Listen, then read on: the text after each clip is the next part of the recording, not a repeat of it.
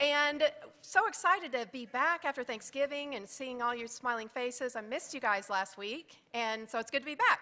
So let's begin our program today with an invocation from Stevie Torres, song and pledge from DJ Morrow Ingram, and visitor introductions from Lane Dolly.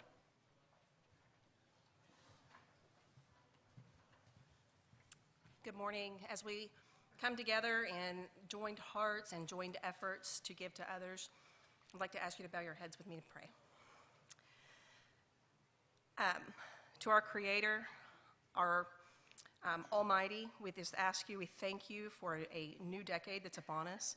I ask you to impress upon all of our hearts unity, a single mind to accomplish what we know is important to us in philanthropic efforts, and we ask you to bless every hand and the hand that those hands touch. We thank you for everything that you've given us. Amen.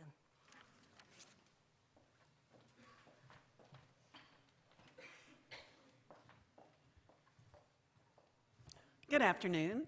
If you'll please join me in God Bless America, and then followed by the pledge.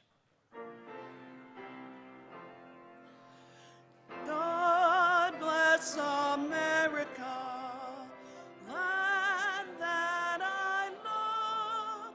Stand beside her and guide her through the night with the light from above, from the mountains to the prairies, to the oceans white with foam.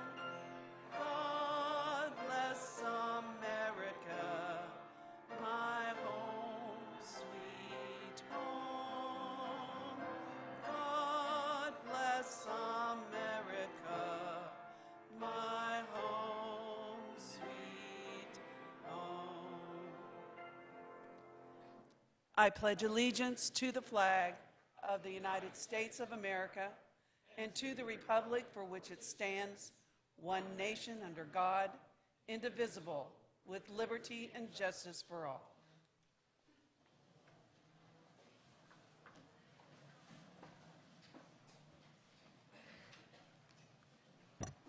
Rotarians, you better watch out. Look up from your pie. You better not doubt. I'm telling you why. Rotary guests have come downtown. Today we have Sandy Newsel, who's a guest of Jan Lobb. Would the guests please stand with your host, and everyone hold your applause until we've introduced everyone. Thank you. Gerard Schaefer is with Tom Lucock today. Stan Mandeville is a guest of Tina Miller. Kendra Allen is here with Jerry Barrientos. And Daryl Riley is a visiting Rotarian from Okmulgee. Hi, Daryl. Thanks, everyone.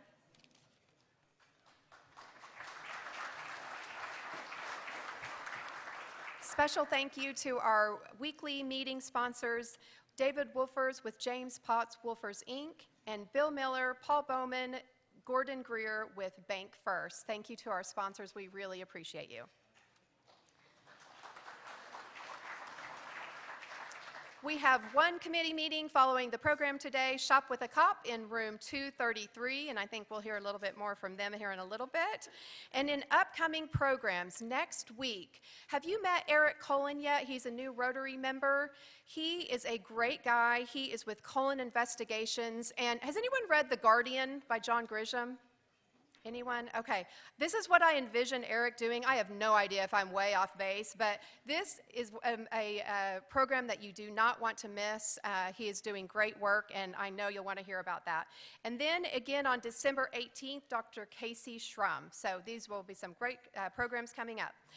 Also, the annual election is today, and we will be voting for a director at large who will serve a 3-year term beginning July 2020.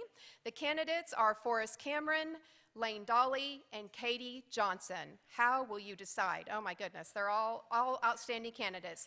If you did not receive a ballot whenever you enter today, will you please raise your hand really quickly so our members can come around and make sure that you get your ballot?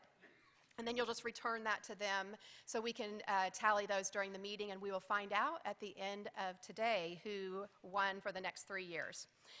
In announcements, Thirsty Thursday will be at McGill South, December 12th from 5:30 to 7:30 p.m. So that will be our final one of the year. Make sure and come out to that. That's always a fun social event to get together. And finally, Interim Healthcare will be giving flu shots on Wednesday, December 11th from 11 to 1:30 p.m. During the meeting. Cost is $30. You can pay with cash, credit card, or check. So we are just a full-service Rotary Club here. So come get your flu shot. And now at this time, we have Tana Scott, our Sergeant at Arms. You're Welcome back from fast. Thanksgiving. Oh my gosh, I feel like I haven't seen you guys in forever. I got glasses. So much has happened. How exciting. Oh my gosh, I can see you all. You're beautiful. Oh my gosh, how is everybody? It's been like 3 weeks. good, or I know. something. I Feels got my forever. face lasered off. Do I look, like 28 again? Okay, good. I hope everybody had a great weekend. I did. Do we have any Sooner fans in the house? Maybe. Oh my goodness, you guys. I am so sorry, Oklahoma State. But it's going to happen. It is my alma mater. I love it. Everybody clap with me. Woo! Come on. I've got 10 minutes, ladies and gentlemen. Becky's moving fast today. We're listening to the whole song. Everybody. Come on. Just kidding. I won't make you listen to the whole song. It is fine time. We got a lot to do, but football is my favorite thing. The Auburn-Alabama game. Did anybody watch that? Oh, it might have been the best game I've ever watched in the history of football. We have a lot to do. So an anonymous donation was given for Karen McCannell. Last Thursday, Karen was awarded the Harold Givens Heart of Leadership Tulsa Award by resolution of the Leadership Tulsa Executive Committee to honor Karen, who through exemplary service demonstrated the heart of Leadership Tulsa and the tenets of servant leadership through their service to the Leadership Tulsa community. This award is not given every year and is held in the highest regard. Congratulations, Karen. Where are you? Are you here? No? Oh, well, give her a big congratulations when you see her next. And Steve Wood has donated $101. Happy birthday, November 4th. 30 for 30 years in Rotary. Congratulations, that's amazing. And the remainder for being that old. I'll let everybody else do the math. He said, I am not sailing into the sunset. I don't know what that means, but I hope he's sailing somewhere fun. Stevie Saras, $50. Where are you, Stevie? Steve, what are you here, by the way? Steve? Stevie's here. No, the other Steve. Is he here? Okay, I just skipped over, didn't even ask. Stevie, thank you so much for your $50 donation. Happy Rotary anniversary. You really did some serious math, so we're going to go. It was my impression there would be no math. We're going to do that today. $4.11 for her first visit to Rotary. $11.14 for her induction date, $2.36 for her badge number, and $32.39 for future years of service. Nice. Thank you so much. And Mark Harwell, are you here? All right. Happy birthday, November 22nd. He is giving $50 for his 50th birthday. Happy birthday, Mark. Okay. We've got a big one. Is Tim Caldwell in the house by chance? Is he here? Tim? Yeah? No. Are you ready? No? Tim Caldwell? Not here? I'm going to skip it if you're not here, Tim, because it can't be done if you're not here. Okay, well, we're going to save that last one for next to following week, maybe? Sounds I'm good. going to skip right over it. It's a really big one. It's a really long one, and Tim has to be present for me to do it. Yeah, carry on. Oh, look at me, little beaker. Nice work. Nice work. So if you don't know, he's just putting random pictures of me at the end of all of these, and I don't know what it's going to be. And this is what I look like when I'm skiing. I just completely cover myself and fly down the mountain. So if they flag me, they'll never find me. Makes sense. If you have any donations, anyone you want to recognize, any special events, email me. Here is my email. Or call me, text me, whatever form of communication you prefer. Boomer Sooner. I hope everybody had a happy Thanksgiving. I sure did. Woohoo. Back to you guys. Thank you. Oh, you suck. Hey, Hey, Tana, I just had a brilliant idea. I think we could have really raised some money, and maybe we'll remember it for next year. That for every pound we gained between Thanksgiving and now, we pay a fine. I mean, maybe my clothes are fitting it a little tighter. Maybe that's just me, but no. Yeah, maybe next year. Maybe next year. All right, we have another side mic announcement. Brian Jackson, or Elphus, better known as Elphus, Shop with a Cop. So exciting. I love this day. Thank you very much, President Becky. My fellow Rotarians, so this Saturday, mark your calendars, or it should be on your calendar. This Saturday, Rotarians need to be at Target 1701 South Yale at 8:30 in the morning, all right? Now, I'm so happy and thankful that over 25 of our fellow Rotarians have already RSVP'd to help that day. Now, the most important number is 25 students at Celia Clinton, those precious babies that we're going to be helping out. So there's 25 of them this year. And so because of this Rotary Club, because of the partnership with the Fraternal Order of Police, our Tulsa's finest, that will be partnering with us this Saturday, are going to make that happen. So looking forward to it, and we'll see you there Saturday. Great Thank job. you. I'll see you All there. right. Are you going to be dressed up? Oh, no. No? No, Elphus is back Was that a in one-time Memphis, thing? so yeah. I think the kids would love it. That would be fun. Thanks, Brian. All right, another service activity this week for you. Ed Monette with the bell ringing. The ringing of the bells. Thank you, Becky. Just to remind you, tomorrow is our annual bell ringing extravaganza. There's still a couple of slots left, and I really appreciate it if you guys would dig deep in your hearts and find out when you can spend an hour to ring the bells. We have done this for so many years. It's so much fun, and it does so much good helping the Salvation Army out. There is a little misprint on there. It was lit, the Reesers at 15th and Lewis is where we're ringing, not 15th and Yale, because that's a Home Depot or a Lowe's or something. So we're going to 15th and Lewis. It's what you need to sign up for. And Becky bet me that I couldn't do this whole announcement without mentioning that game Saturday. So there, I did it. So thank you. All right, be there or be square. And our next side mic announcement is Barbara Kogerman to tell us about this year's Business Visitation Day. And as Barbara makes her way up here, I shouldn't have been surprised as the former mayor of Mission Viejo. Is that how you say that? What was it? Laguna Hills, sorry. Yes. Oh, I love Laguna.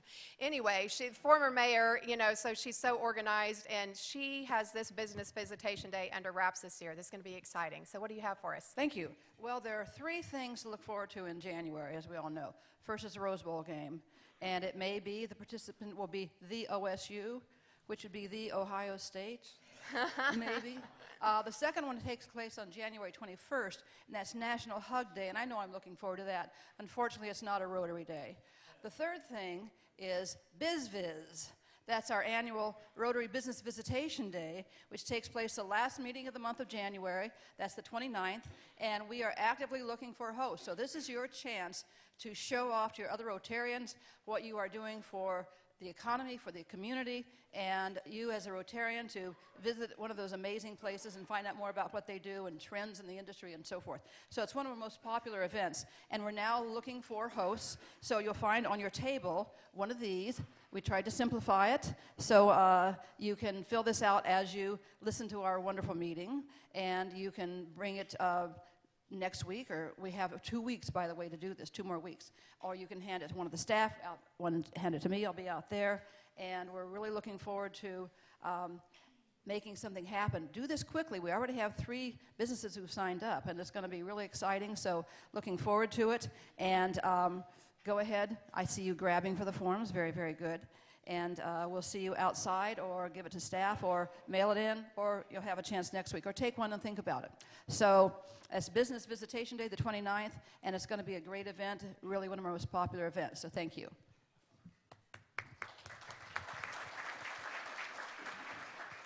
Thanks, Barbara. And now at this time, Kaiden Creek Palm with another side mic announcement. Hello, everyone. You should see on your table a flyer from the Tulsa Youth Symphony. You may recall that they were one of our award winners this year for the Crescendo Music Award Grants Program. And so as a token of their gratitude, they have offered free tickets to any of you who want to come to their holiday concert and your family members. That's $15 a ticket. Bring your spouse. If you have a child or a grandchild in your life who may play in band or orchestra, maybe you want to inspire them to try out for the Youth Symphony, I encourage you to take them this Sunday to the holiday concert. Just call the Rotary office and let them know, and so we can get you the right number of totally free tickets, courtesy of Ron Wheeler, the conductor. Thank you very much.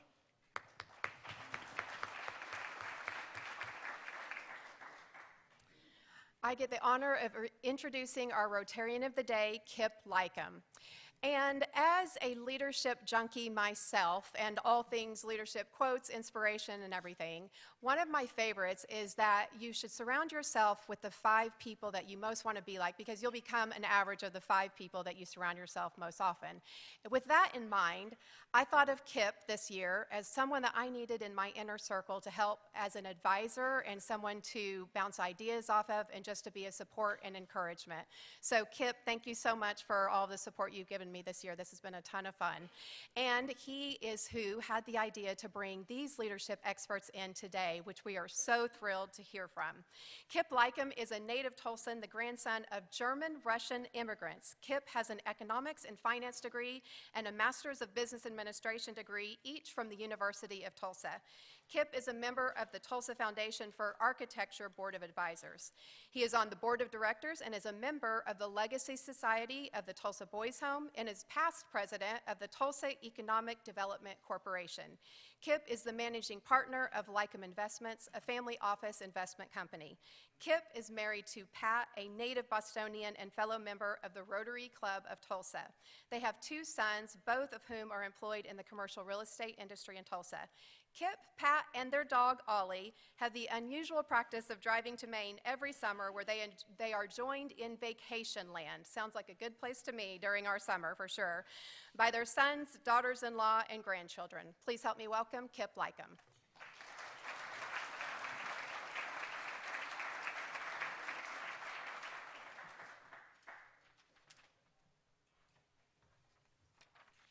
Thank you, President Becky. I see we're running ahead of time, so I think it would be remiss of me on this day when we talk about leadership to not congratulate you on the first 6 months of your term.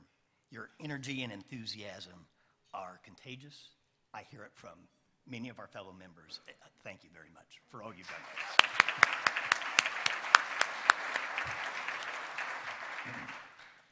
Thanks to Blake Lepp, a fairly new member of our club, for arranging today's speakers.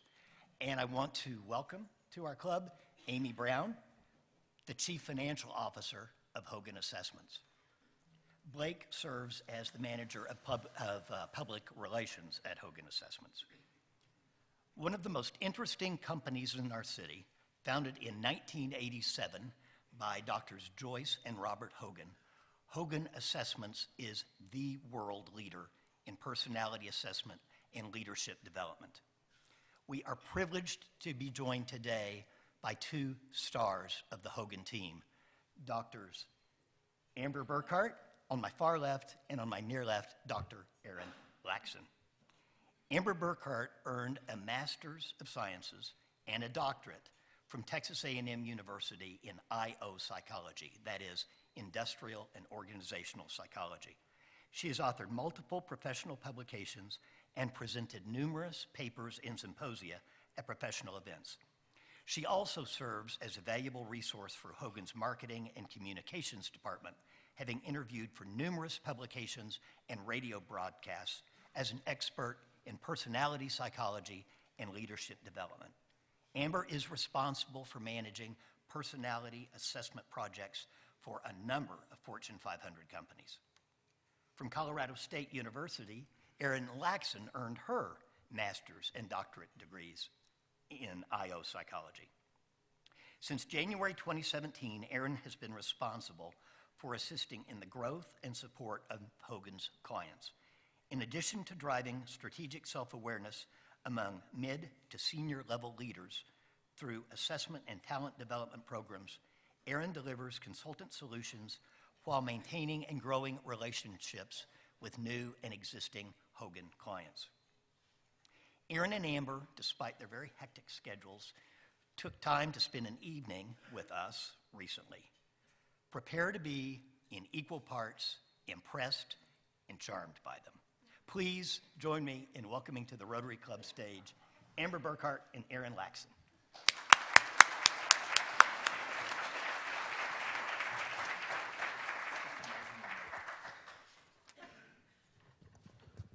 Well, good afternoon, and thank you so much for having us. Amber and I, on behalf of Hogan, are just so pleased to be able to spend some time in the Tulsa community, sharing with you all a little bit about what we do at Hogan and the impact we have on leaders across the globe.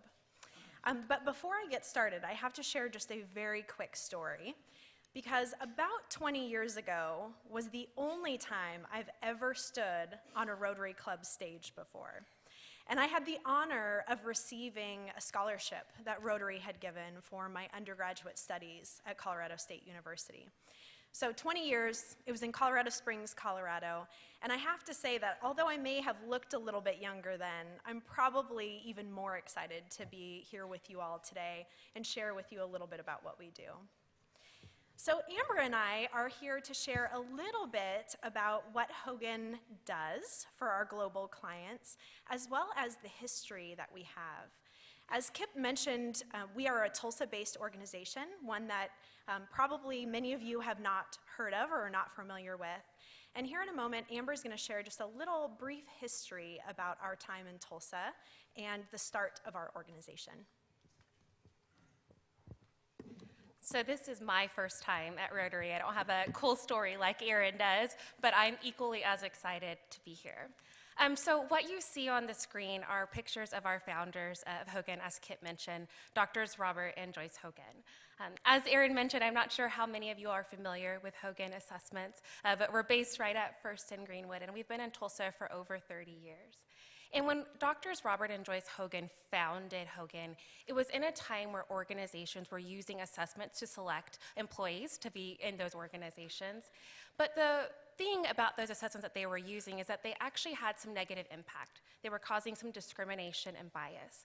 So Drs. Robert and Joyce Hogan kind of took up that as a challenge, that they can find an assessment that can find the right employees for the right roles, but wouldn't have that same impact in terms of that negative impact of discrimination and bias.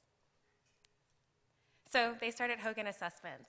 Hogan Assessments is a personality assessment, world-class personality assessment organization used by over 60% of the Fortune 500 to not only identify individuals that are going to be in the right roles, but also develop those individuals as well.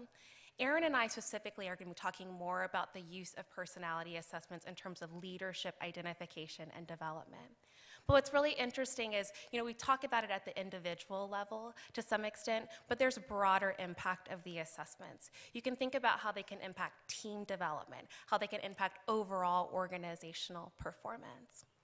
So when we talk about Hogan, although it's a small Tulsa-based organization, we actually have a fairly large global impact. So over 8 million people have taken our assessments in a number of different countries, so over 100 different countries. We actually have a presence in terms of actually have people, boots on the ground, in over 50 different countries, and we have our assessments available in over 40 different languages. But one thing that we're really, really proud of at Hogan is the science behind our tools. So at Hogan, we have an entire data science team that is devoted to, one, making sure that the assessments are operating the way that they're supposed to be operating, but also by partnering with client organizations to do research, to see how can Hogan best help those different organizations and achieve different organizational success. So Aaron's going to talk a little bit more about that here. 8 million data points. That is so much data that we have available to us. And we're constantly looking at the impact of our assessments on things like individual, team, and organizational success. So we've done quite a bit of work to better understand the impact that leadership has on organizational success. And we're not the only ones who have done this research. I think if you Google leadership, you come up with probably more than 8 million perspectives or data points. What you see on the screen here is just some statistics from The Economist. They looked at the impact of CEOs on organizational performance, And they estimate that anywhere between 14 and 29% of organizations' performance is impacted by leadership. And here we're talking about the senior-most leaders in the organization, the CEOs. Oftentimes, when organizations aren't performing, what do? They replace the CEO. So we know that CEOs have a great impact on organizations' performance. Here in a moment, I am going to share with you just some data that we've collected in terms of that organizational success and performance. But before I do, I want to spend just a little bit of time talking about the investment that organizations make in leadership activities every year. Just recently, I was reading a publication where they estimated that globally, organizations are spending $750 million a year on organizational development and leadership development techniques and activities. And they anticipate that that will increase about 10% every single year. Oftentimes, when organizations are investing in leaders, they will use assessments, personality-based assessments, similar to what we publish at Hogan.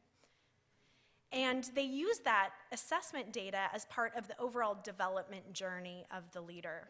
Oftentimes, assessment data informs development actions and/or professional coaching opportunities, but it also brings some unique perspective in terms of onboarding effective leaders, or networking effective leaders, or supporting their lifelong learning journey as leaders. What we find with our clients who provide these initiatives or development programs for their leaders is that they immediately get to see the return on investment of that leadership program. Oftentimes we will see that individuals who go through these development programs are perceived as more effective by their peers and by their supervisors. They have a positive reaction to the assessment process, and coaching likely bring a little bit more self-awareness to their leadership style, and they're more coachable. So if we invest just a little bit in them, we are likely to get even more out in return. So I mentioned just briefly at the beginning that we have some organizational metrics that we were going to share with you. So what you see on the screen here, in 2016, we looked at some of our priority clients, our key clients, and we looked at their stock price.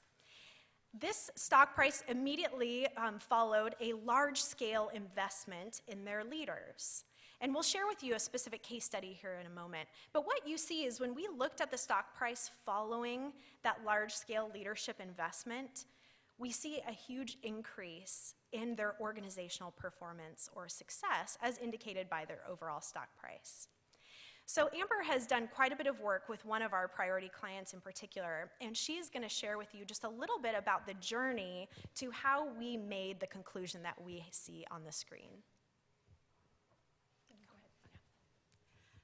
So one of the ones that you saw in there was a beverage company, and so we're going to talk specifically about that. So this is a company that I was heavily engaged with in 2016, who actually came to Hogan because they wanted to leverage assessments to really help identify and develop leaders to move the organization forward. And I think that's one key tenet to think about especially when we think on that graph that Aaron just previously showed, of those organizations that had a little bit of higher growth. They use us not only for development, but also in selection of individuals. So this organization engaged with us with a research project. So they had 250 leaders go through the assessments. We not only had their assessment data, but we also gathered different performance metrics to really help and pinpoint which skills are going to be predictive of success. And so we started off with this kind of leadership profile. They called it the leader of the future at this organization. But they didn't stop there. They had the assessments to identify these leaders, but they wanted to continue to support them. So like Aaron mentioned, they built a very comprehensive development program around this to help these individuals with their leadership journey. So as they move to higher and higher levels within the organization, we can make sure that we're providing them targeted development support around their strengths, but also their opportunity areas.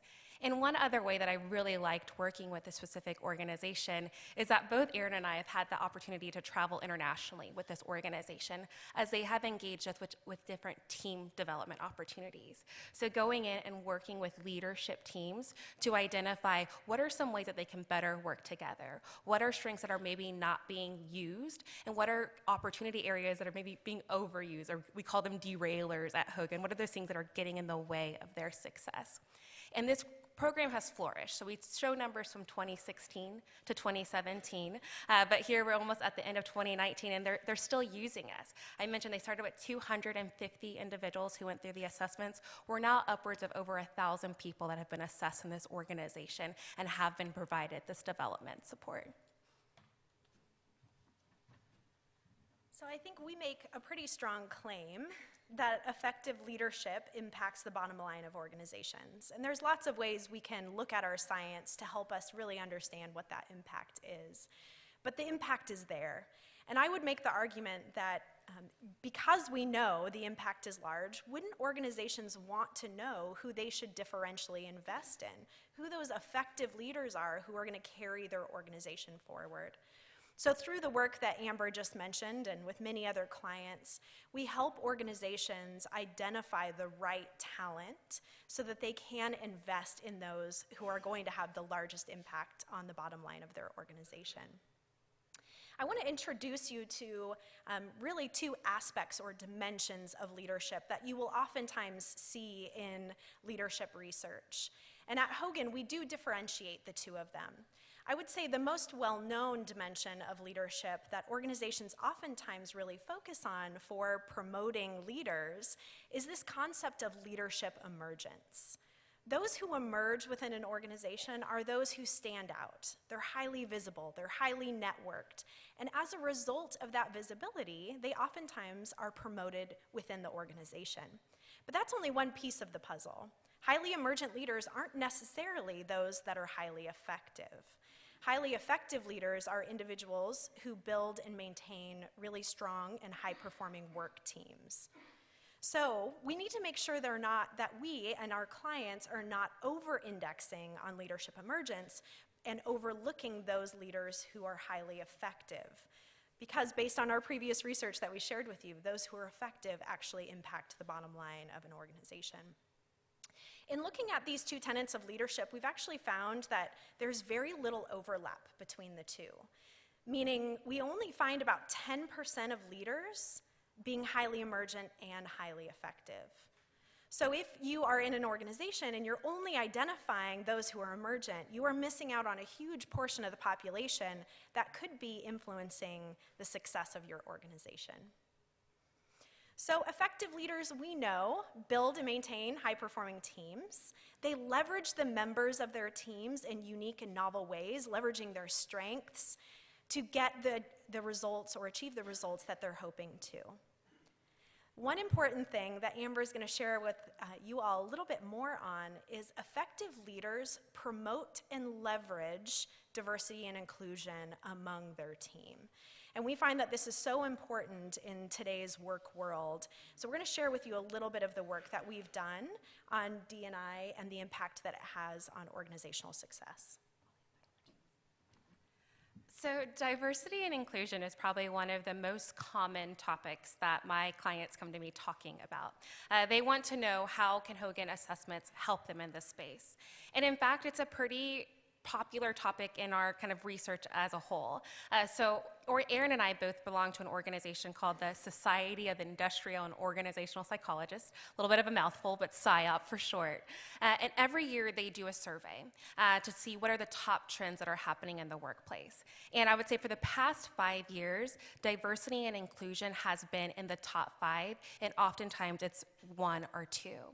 And so when organizations come to us and they're talking to us about diversity and inclusion, it's usually for a couple of reasons. One, if you remember what I talked about at the beginning, the impetus for starting Hogan Assessments was to kind of mitigate or get rid of some of that bias. Personality can help with that. So oftentimes organizations are coming to us because they want to find individuals who are going to be the right people for the right roles without discriminating against a certain group or a certain type of people.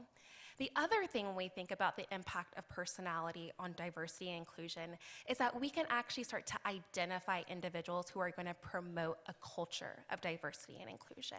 And what our work finds is that we can find those characteristics that are predictive of those different competencies.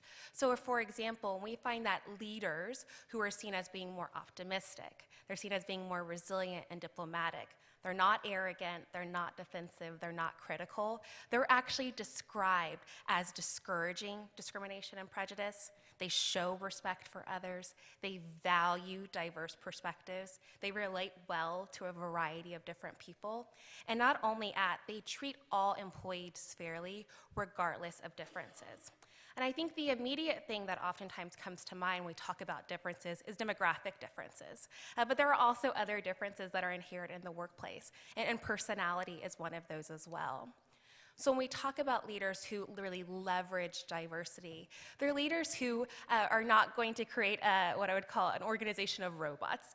Oftentimes when I have organizations come to me and they say, you know, if we leverage your assessments to find the right people for the right job, does that mean I'm going to get a lot of people who look exactly the same, who all do the same behaviors, they're all highly extroverted or highly conscientious or whatever that might be? And in fact, what we find is that we're going to find a few characteristics that are going to be important to success, but we actually see variety across a number of those other characteristics. The other thing that comes in when it comes to leveraging diversity is that really effective leaders actually capitalize on that diversity.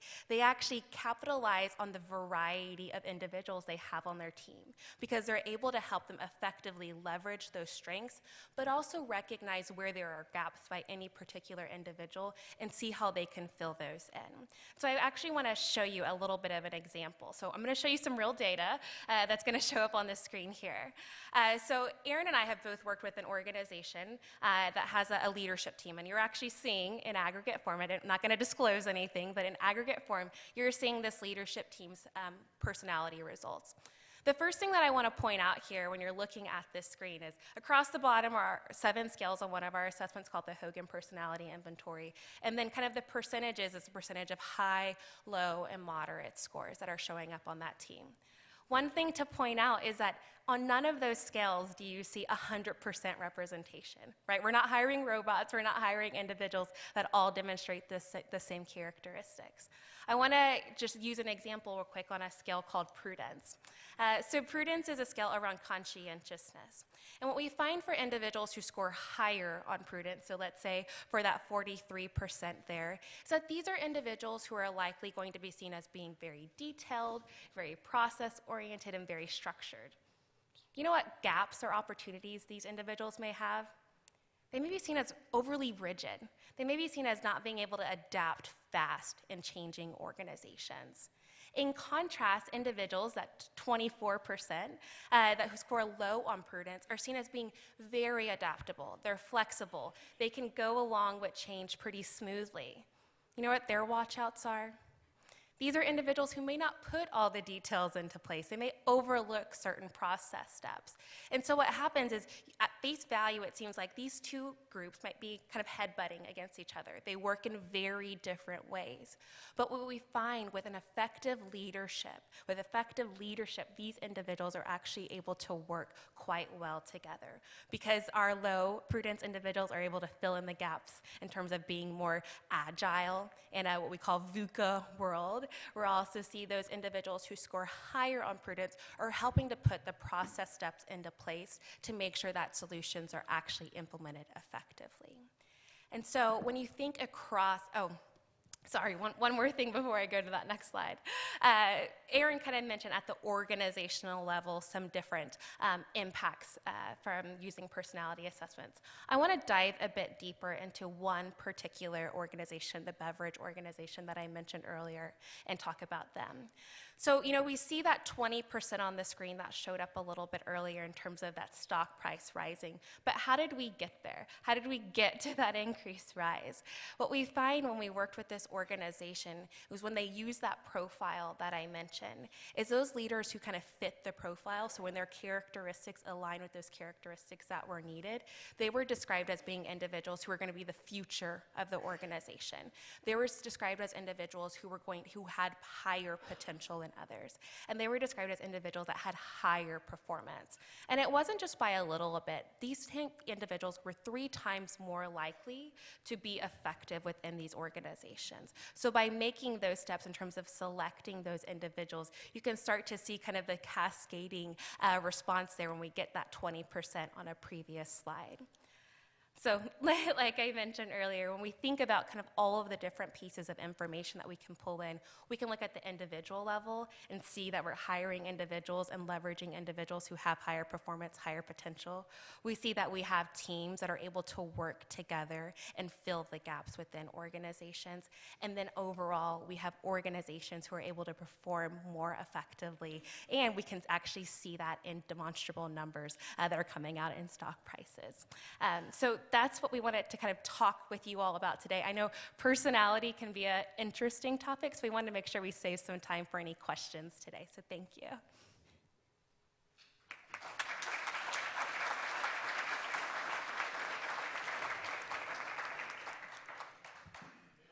Anybody have any questions?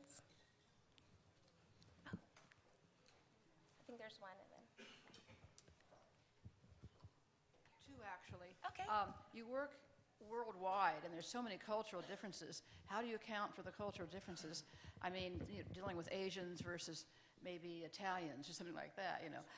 And the second question is passion. How do you measure passion? Because we had a speaker a while ago, Mr. Ross, developer in Tulsa, talked about knowledge, experience, and passion.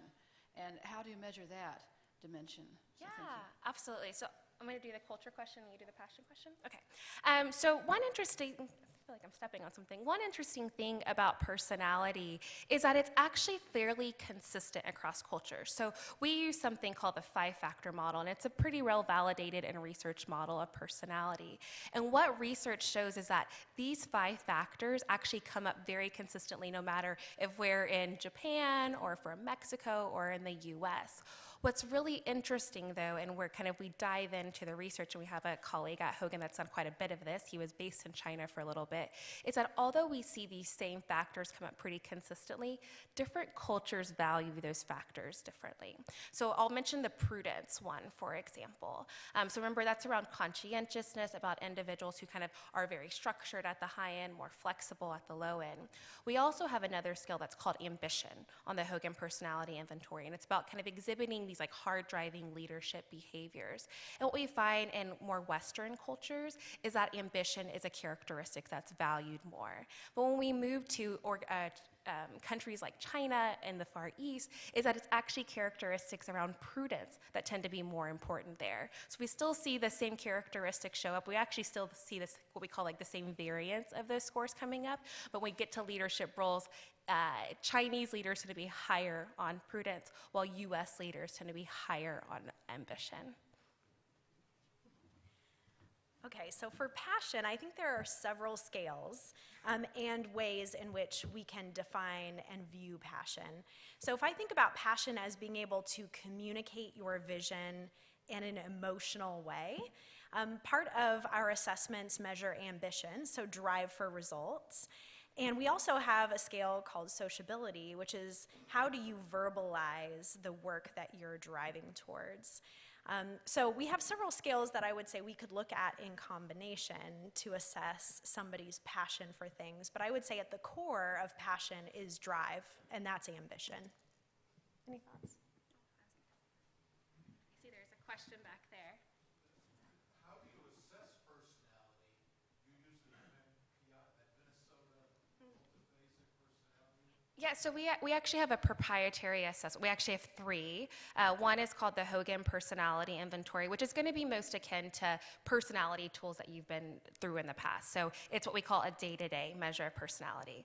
I would say a lot of organizations come to us because of what we call our dark side measure of personality. It's called the Hogan Development Survey. So it looks at personality when we're no longer at our best. So oftentimes we talk about that as when like someone's under stress and pressure, but it can also be when someone is bored or complacent. And then we have one last assessment called the Motives, Values, Preferences Inventory. And this is one that looks at what we call the inside. So what are the key values, drivers, motivators that individuals have? And this one actually tends to be pretty important when it comes to leadership, because what we find is that leaders who have a certain value, it actually starts to shape the culture around them. So if we have leaders who are high on a scale that we call recognition, which is about being in the spotlight, they're probably going to like thrive on public types of projects. They're going to probably reward the individuals on their team in a very public manner. They might actually see people who are a little bit like more modest and behind the scenes as not as good performers. And so that's one that tends to be really impactful from a leadership perspective. Assuming you have clients that will have you out multiple times, maybe 1 year and a couple years later they have you out again, and you're assessing different people within the organization where you've done it more than once with someone, do you find that people tend to stay the same or do they change in their development as they go? Yeah, you want to do go? Okay. So that's actually a question that we get really, really consistently. And what broader research, even outside of Hogan, says is that once we hit around the 25, 26-year-old mark, personality actually remains fairly stable across the adult lifespan. And I know that. I'm kind of a data geek. I know that just from what the research says. But all the time when I have an individual who does go through the assessments, one time and then another time, and I see that their scores, they might not be exactly the same, but they're really, really close. I'm always like, can't believe that happened again, even though I knew the data would suggest that. Oh, I don't know which one. I think there's one right here and then one right here. How do you deal with organizations whenever they're dealing with different generations, like dealing with millennials, and what kind of advice do you have on that from? I'm happy to start. Yeah, so it's interesting. There is quite a bit of research out there that says there are differences across generations. I think similar to what Amber shared about cultural differences, generations value different things, and so being able to understand what drives and motivates them is important. But from a behavioral perspective, we actually see variance across all generations, and we see our scales being able to be measured across all generations. So when we're talking to leaders who are maybe managing individuals across different generational categories or groups, it's really about understanding the individual from my perspective versus the generation that they're a part of. Amber did mention that one of our assessments measures values, and I find that to be so incredibly important when we think about motivating the different generations. What motivates me might not motivate you or might not motivate another member on my team. So put generations aside, motivate and drive people in a way that's most relevant to them as an individual.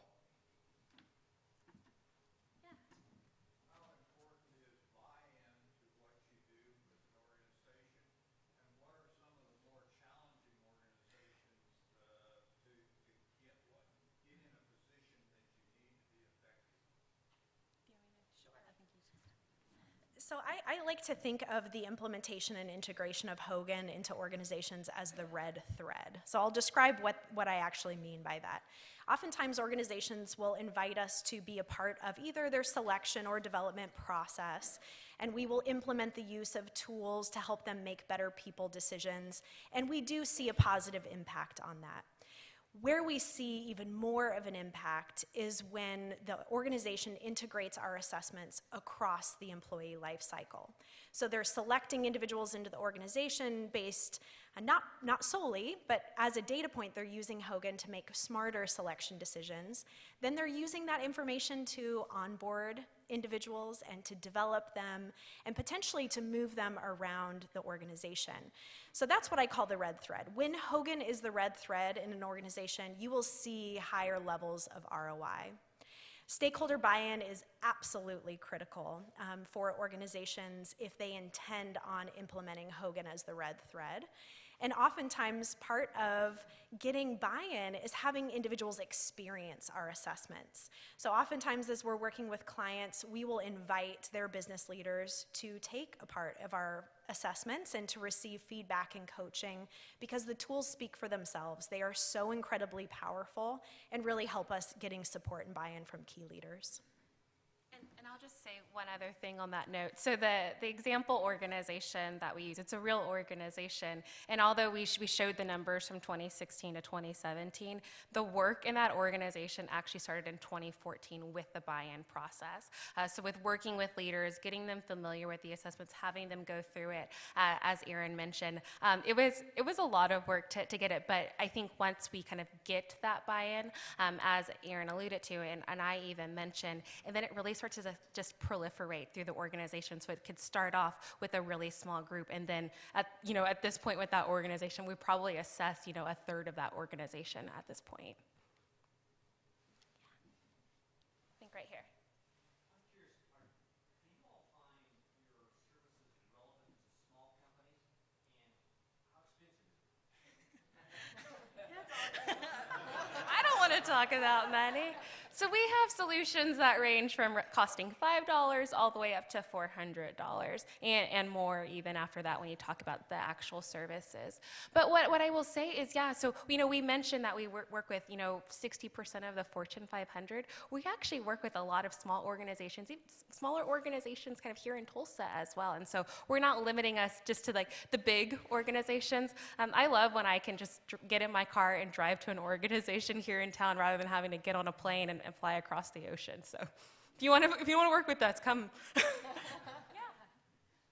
mentioned before different biases between cultures and preferred traits. How about different biases between males and females in an organization and the obstacles that creates in promoting diverse workplaces? So I would say when we think about geographic differences, cultural differences, gender differences, generational differences, what we find what we are measuring is represented in all of those groups, and we see variance across those groups. But the value that's placed on those behaviors is different depending on where you are in the world, what generation you're a part of, and what gender you might align to. So the example I always give is here in the Western world, ambition is a personality characteristic that is oftentimes rewarded in leadership positions, more so by males than maybe females. Now, I know that there are some organizations that are really trying to break down those barriers, but for many organizations, the attributes, the behaviors that we would associate with a highly ambitious leader are different for men and women because they're valued differently. Women may be seen as strong leaders if they're more collaborative or consensus-driven, whereas in some organizations, men might be seen as more ambitious if they're kind of more prototypical, leading from the front. So the variance exists. It's the value that we place on those. And part of the work that we do is trying to get individuals, teams, and organizations to understand that there are strengths independent of where you fall on those personality attributes. You can be a really strong leader who leads from within. You can be a really strong leader who leads from the front, and we don't see gender differences playing a part of that.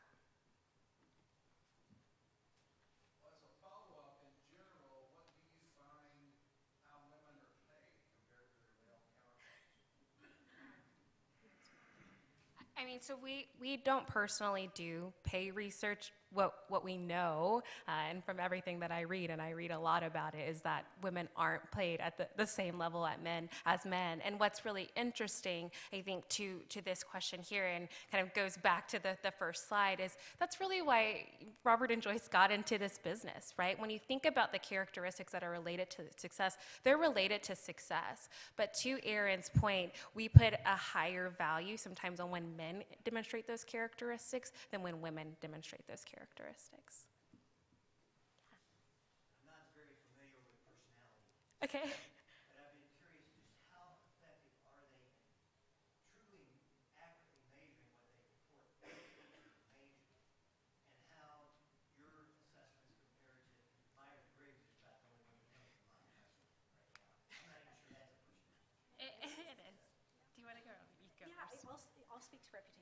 validity. I'm going to give her the hard part of the question. So what is different between Hogan and other personality measures is we measure a concept called reputation, so how others are likely to describe us in the workplace. So we measure reputation. That is different than measuring what many other personality assessments measure, which is identity, the story or the narrative that you tell about yourself, how you describe your behavior. And reputation, we know, predicts job success really, really, really well. And we call that validity. And I'll let you speak a little bit to that. Yeah, so kind of going back to why the doctors Hogan founded Hogan was they knew that the assessments that were being used in the day, they predicted performance, right? And they still predict performance. They're used by a number of different organizations, but they had that adverse impact. When, Aaron was talking about when you really look at personality from a reputational perspective, the reason why we use that kind of personality is because that's actually directly connected to performance, right? So it's not how I see myself, it's how others are likely to see me. And as a result, that's actually tied to performance. And so when we think about from a just validity standpoint, we find that organizations who use us for selection and are kind of using us to inform those selection decisions, they make more right decisions in terms of identifying high performers than wrong decisions in terms of overlooking high performers, but also promoting and hiring low performers. I think we're out of time, but Aaron and I will be floating around afterwards if you have any more questions. Thank you so much.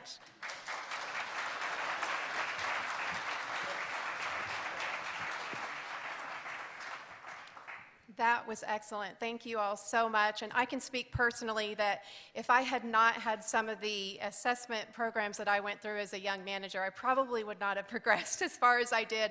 I just remember, I think I was 25 when I had my first management position, and I thought I had all of the answers. I don't know if you guys have ever been there where you think you know everything and everyone else is wrong and everything. I just remember whenever I became president, actually, of the corporation that I was at, we had taken an assessment, and at that time, I still really thought there was a right way to be and a wrong way to be.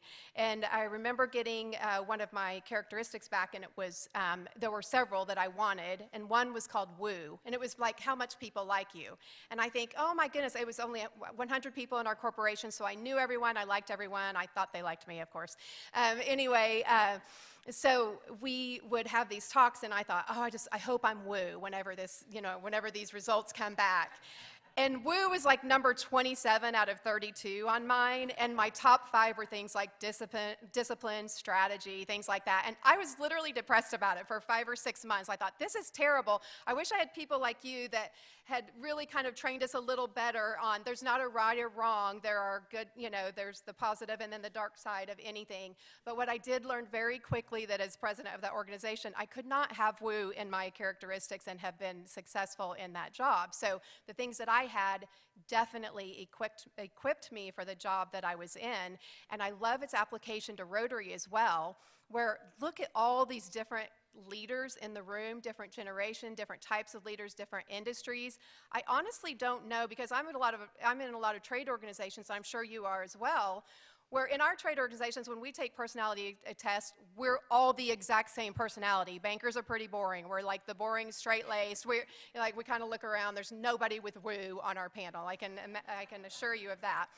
But then there are people like Monica in the club that are probably oozing woo, and everyone loves and everything. So how wonderful that we have such a diverse population of personalities together, and it's not being wrong if you're in a different generation or a different gender or anything. It's just the strengths that you bring to the organization. I'm fascinated by your work. Thank you so much for being here today. All right, it is time for our announcement, and I would like to thank past President Bob Vassar. Bob, would you mind coming forward? I know he has our results for us. While he's making his way, I don't know if you all know this, but he has served in this position running this election for us for 24 years, and he's been in the club for 58.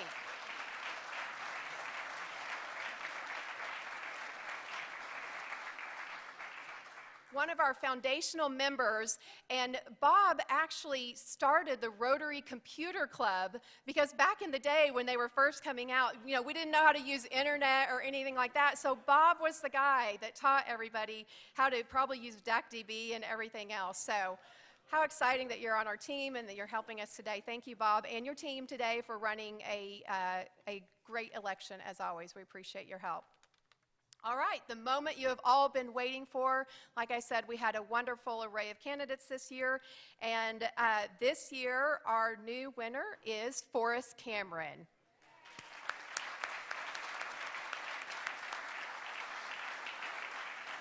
Is Forrest even here today? Well, we'll have to call him and give him the good news. He is the new director at large, which means he'll be serving on our board for the next 3 years, which is a great position for us to have, that the membership elects him to serve on the board and to be your voice. So be sure to get to know Forrest if you don't know him already. He is a long-standing member of our club. All right, that is all for today. In closing, we do have a book that we'll give to our partner school on behalf of our speakers, and I'll have you guys sign that for our partner school, Celia Clinton. It is the Polar Express. And Rotarians, you are kind, you are generous, you are changing the world. Now go change the world.